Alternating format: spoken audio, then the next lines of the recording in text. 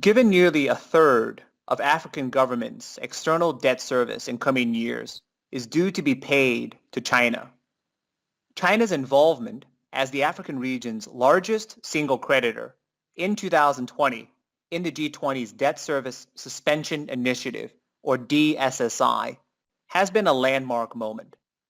With an extension of DSSI beyond 2020 forthcoming, Angola and Djibouti could see total savings under DSSI just on loans from China of above 4.5% of 2019 GDP on debt service, displayed on the left of this diagram.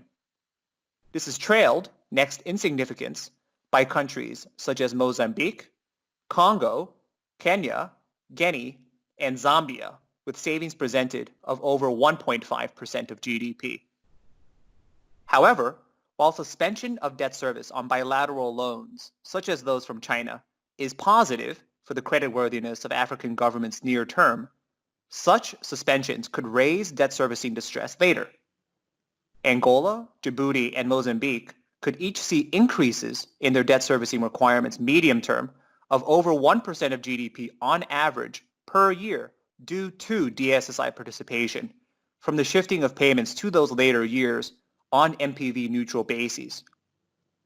Given half of all sub-Saharan African sovereigns being at risk of or in debt distress entering 2020, this transfer of debt distress from near to medium term could be credit negative should a more systemic sovereign debt crisis develop.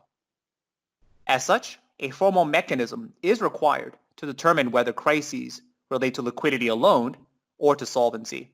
We propose a common DSSI plus framework for debt treatments that ensures equitable treatment of creditors, enhances the transparency of China's participation, mandates the involvement of private sector lenders, and makes available ambitious restructuring of debt, including the ambition of debt forgiveness to differentiate between liquidity and solvency crises.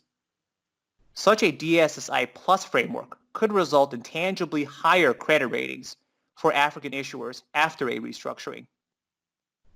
We illustrate in the portrayed diagram how such a DSSI plus framework could stabilize Angola's medium-run debt servicing requirements.